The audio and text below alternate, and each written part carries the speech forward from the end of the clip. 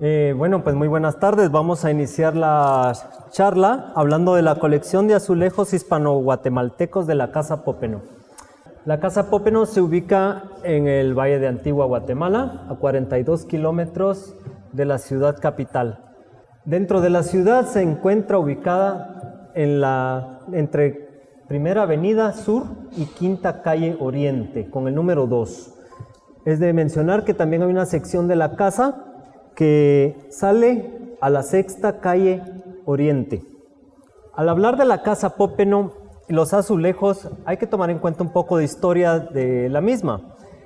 La casa es adquirida alrededor de los años 30 por Wilson Pópeno y es Dorothy Pópeno quien sienta las bases y lineamientos para recuperar una casa del siglo XVIII respetando la arquitectura de ese periodo. De igual forma, en esas épocas empiezan a hacer una adquisición de diferentes piezas de azulejo de diferentes partes de la ciudad, de diferentes contextos privados o religiosos, siendo ambos estando en la situación de abandono. Bueno, pues empiezan a hacer una serie de adquisiciones. Claro que la misma casa cuenta con una colección de azulejos in situ, que es de lo que vamos a ver ahora. Para ubicarnos un poco dónde se encuentran localizados las piezas, podemos ver acá, este es el complejo arquitectónico de la Casa Pópeno. Esta línea amarilla divide la casa del siglo XVIII, cuyo propietario era Andrés Guerra. Está adquirida en 1762 y empieza a ser construida cuando el terremoto de Santa Marta de 1773 afecta a la ciudad y forza el abandono de la misma. La casa se queda a medio construir, pasa mucho tiempo prácticamente en el abandono. En el siglo XIX es ocupada por unos invasores y a principios del siglo XX es adquirida por Wilson Pópeno. Bien, ahora hay que tomar en cuenta de que muchos de los azulejos de la casa son originales del siglo XVIII. Muchos, como ya les dije, fueron adquiridos por la familia a través de sus paseos por la ciudad y fueron juntando y adquiriendo algunas piezas. Otro factor importante es de que conforme empezaron a darse cuenta de que algunos elementos arquitectónicos, como estas bancas que están en el Salón Mayor, presentaban en algunas ocasiones no estaban completas los azulejos. Para estas épocas del siglo XX está en funcionamiento la fábrica de cerámicas y de mayólicas de los Montiel, y es don Francisco Montiel quien se encarga de hacer, más bien de imitar, de tratar de hacer réplicas de estos azulejos originales para completar los faltantes de estos espacios dentro de la casa. Aquí tenemos otros ejemplos. Son 8 bancas adosadas al muro oriente de la vivienda que da a la Primera Avenida Sur. Esta es la parte de la biblioteca, donde tenemos toda una serie de azulejos adornando aquí esta parte de la ventana. Y aquí hay algo muy interesante, porque viene la familia Pópeno y a pesar de que es pues muy complicado tratar de datar o de ubicar cuáles azulejos, sabemos cuáles son antiguos y cuáles no, pero al ver estos collages o estos rompecabezas dentro de las alacenas, nos damos cuenta de que hay una serie de azulejos que muchas veces incluso hasta podría uno pensar que no son de aquí, fueron producidos en la colonia guatemalteca, podrían haber sido importados. De esa razón nos empezamos a hacer una tipología y empezamos a definir. Les comparto de que logramos clasificar más o menos 90 tipos diferentes de azulejos, dentro de los cuales encontramos una gran variedad de elementos. Algunos que son muy claros, que son los de la tina de la sala de baño que les compartía, encontramos de que todo esto es restituido. Prácticamente la familia Pópeno utilizó y cubrió los azulejos que iban sobrando de otros proyectos y los iba empleando en estos lugares, los retazos, y los iba poniendo a manera de proteger mejor la tina. Esta es la pila para el agua caliente, y acá pues es donde la tina principal, y hay otra forma de ingresar agua templada acá. Bien, ahora tenemos no solamente los azulejos in situ, sino que también tenemos, por decirlo así, los azulejos que son portátiles, y este es el caso de todos estos enmarcados, aunque dentro de estos tenemos una gran gama de azulejos que son producidos localmente durante la época colonial. Tenemos azulejos que son importados de España durante la época colonial. Además tenemos azulejos producidos en el siglo XX, imitando motivos de la época colonial, y también tenemos algunos elementos mexicanos o algunos elementos guatemaltecos que imitan a los tipos mexicanos. Bien, aquí tenemos un acercamiento ya en el Jardín de Elena. Tenemos algunas vistas de los azulejos usados ahí, en el baño contemporáneo, en el búcaro de uno de los jardines y en el sitio escolástico. Podemos ver las bancas y ver estos diseños como de granada y de flores de 4 pétalos. Y bien, como hablábamos y adelantábamos, tenemos las producciones importadas, las producciones locales, los azulejos contemporáneos guatemaltecos, los contemporáneos mexicanos, y también tenemos los contemporáneos españoles. Y de esa cuenta vamos a hablar, ya que en estas categorías es de donde tenemos piezas dentro de la colección de la Casa Pópeno. A ese respecto, tenemos los traídos de Sevilla. Es interesante porque este tipo de elemento, estos diseños, también se han encontrado en proyectos arqueológicos desarrollados en la antigua, específicamente en lo que era el exconvento de Santo Domingo. Por eso es que aparece acá SD tipo 1.3. Lo que sí está claro es que viene de Sevilla, es parte de los que están importados. Aquí tenemos otro ejemplo de los mismos, también de Santo Domingo, y aquí ya empezamos a tener los de la colección de la Casa Pópeno. Es muy importante tomar en cuenta de que la evidencia más temprana a nivel histórico que se ha localizado data de un ollero de apellido Salas para 1572, quien tiene un contrato con el convento dominico para suministrarles 2000 ladrillos de azulejo.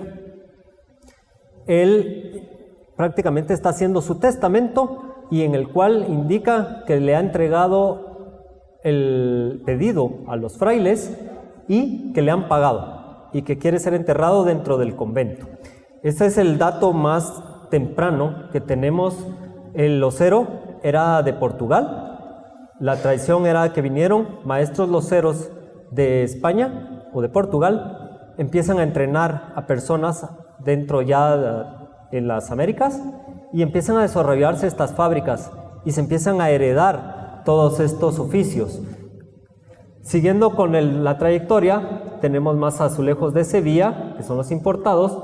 Hay que tomar en cuenta una característica muy especial del azulejo: ayuda a prevenir la humedad en los edificios. Claro, aquí no se desarrolló una decoración en azulejos como la que se dio en México. En México se tienen las fachadas enteras de los edificios forradas de azulejos con unos grandes motivos, con unos grandes escenarios y unas escenas de representaciones de la vida de paisajes españoles o cotidianos del mismo México. Aquí no se dio eso, sin embargo se dieron algunos elementos. Esto es un esquinero, pues prácticamente para proteger la esquina del edificio. Tenemos algunos ejemplos que hacen alusión a que hubieron algunos murales o algunas obras grandes. Lamentablemente no hemos encontrado ningún tipo de registro escrito más que piezas de este tipo, y para hacer un poco de analogía podrían similar un poco a los paisajes que se ven en las bancas de la Plazuela España, algo así, ese tipo de paisajes. Tenemos este otro tipo de elementos, siguen siendo sevillanos. Y ahora pasamos a los que sí son producidos en México. México, uno de los grandes productores tanto de azulejos como de mayólica de América. produce este tipo de elementos que están tratando muchas veces de imitar a los tipos españoles. Vienen los mexicanos, empiezan a imitar esos tipos. Vienen los guatemaltecos, empiezan a imitar a los mexicanos o a los mismos españoles. Todo el mundo imita a todo el mundo. El punto es de que lo que buscan es cubrir las necesidades de que están para lo que fueron diseñados. En este caso, todos los azulejos, en su mayoría, en la época colonial, están asociados a fuentes de agua, ya sea estas pilas, fuentes, lavaderos, o incluso en el área privada, como vienen siendo las tinas. Aquí tenemos algunos elementos.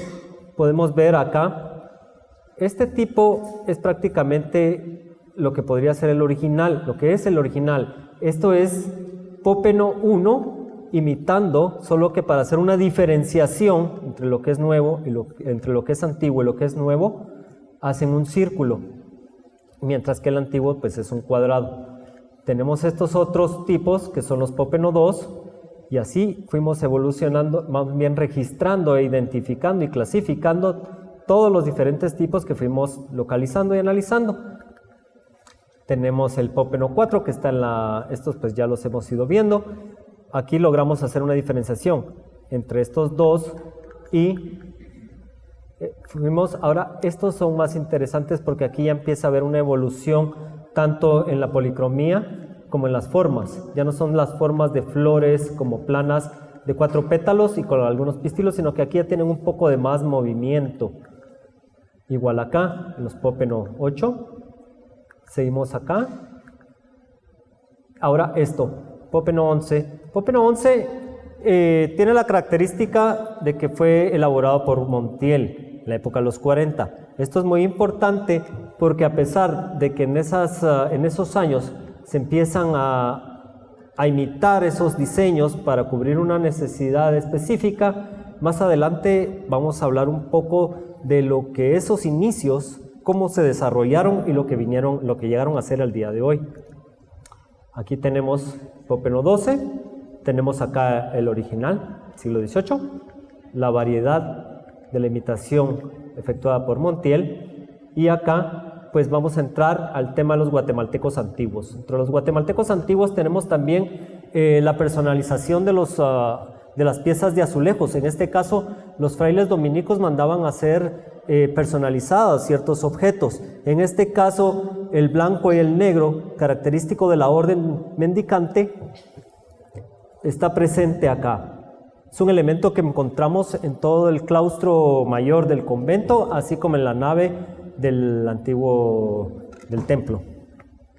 Y bien, ahora vamos a pasar a hablar un poco de la España contemporánea dentro de la colección de la Casa Pópeno. Tenemos este tipo de elementos que ya vienen sellados, firmados, ya son del siglo XX. Hay que tomar en cuenta que es en el siglo XIX cuando se introduce por razones comerciales que obligan a todos los productores a sellar y firmar y poner un código en sus productos. Esto es para control de importación y exportación, pero eso se da hasta la segunda mitad del siglo XIX. Es generado por los Estados Unidos. Y se va trascendiendo y a la fecha, hasta el día de hoy, lo conocemos como los códigos de barra. Si se dan cuenta, hemos estado viendo tipos y elementos que los trazos son como de pincel, y eso eran pincelados. Ahora esta es una técnica que se llama cuerda seca. Esto consiste cuando está el azulejo en bizcocho, después de la primera cocción, se hace el trazo de todos los elementos con algún tipo de grasa, ya sea animal o artificial, y luego esa misma grasa, a la hora de aplicar todos los pigmentos que son de origen mineral, esa grasa no permite que se corra a otro espacio. Por ejemplo, el blanco no se va a correr nunca en el verde y viceversa. Por eso se llama la técnica de la cuerda seca. Hay una serie de azulejos que están destinados específicamente, que son conocidos como de oficio.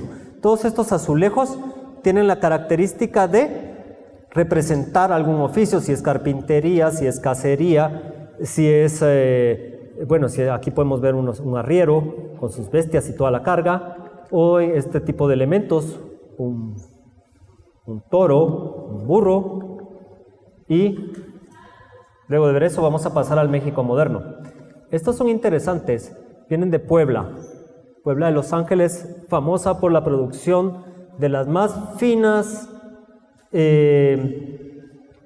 colecciones, de las más finas vajillas de mayólica, y estos elementos vienen desde la época colonial. Ojo, hay que tener cuidado porque aunque el diseño plumeado de azul sobre blanco, que es típico del siglo XVII y parte del XVIII también, trasciende muchas veces y en la época moderna uno lo puede seguir adquiriendo. Lo único que cambia es de que pues, uno sabe que ahora le dan uno el recibo y uno sabe que lo compró ahora, pero los diseños siguen continuando. También tenemos, este es otro lindo ejemplo de San Pascual Bailón, el santo de la cocina. Esto es lo que hacen en México en la época colonial. Aquí en Guatemala no hemos encontrado algún tipo de trabajo de esta naturaleza. ¿Cómo se llama? San Antonio. Y bien, ahora vamos a entrar a la fábrica de los que se hacían acá. Tenemos acá un azulejo del siglo XX, Santiago, con el Valle de la Antigua, los volcanes. Carlos Rígola, la firma. Podemos ver incluso algunos de los anclajes, los orificios, para que estos se fijaran en las partes altas de la arquitectura. Hablando de los azulejos con motivos de oficios, tenemos este tipo, este personaje que sostiene un ave con un cuerno, alude a alguna situación donde están cazando o algo relacionado con la caza. Bien, de toda esta cuenta, vemos que a través del tiempo, yo les compartía de que se origina en España y en Portugal toda la escuela de producir azulejos, entre otras cosas. Esta se traslada al Nuevo Mundo y es así como empieza una serie de copias, empiezan a copiar y a hacer elementos. Y esta es una práctica que se da a través del tiempo, a través de los siglos, y en el siglo XX se da un fenómeno muy interesante, porque viene la familia Pópeno, empiezan a restaurar su casa, tratando de conservar todos los elementos arquitectónicos del siglo XVIII, empiezan a restituir y se ven con la necesidad dentro de esa restitución de integrar faltantes dentro de estos elementos. Entonces se contactan con el osero local, Francisco Montiel, y viene él y empieza a imitar estos modelos, estos tipos coloniales. Pero no se quedó ahí. Viene esto y empieza a trascender hasta que se crea un patrón muy interesante, como lo podemos ver en la Casa de las Campanas, casa que era de Mildred Palmer, que empieza a restaurarla en épocas contemporáneas de Wilson Pópeno, pero empiezan a imitar los diseños de los azulejos, pero también sucede algo más. Ya los azulejos se integran a otras partes de la arquitectura de la vivienda. En este caso, las bancas, los respaldos de las bancas se empiezan a integrar también con la baldosa y en algunos otros elementos para ya no solamente su función original. Y bueno, pues ha sido un gusto poder compartir con ustedes estos diseños y todo esto. Prácticamente han sido elementos dinámicos que no se han quedado, en algunas veces tal vez se quedaron olvidados o se quedaron estancados en el tiempo, pero lo interesante es de que es una costumbre y es un oficio que aún se da y que se van retomando estos diseños antiguos y le dan ese dinamismo a la cultura y van generando cosas nuevas como las que vemos ahora y que podríamos decir que es parte de la azulejería neocolonial. Con ustedes muy agradecido.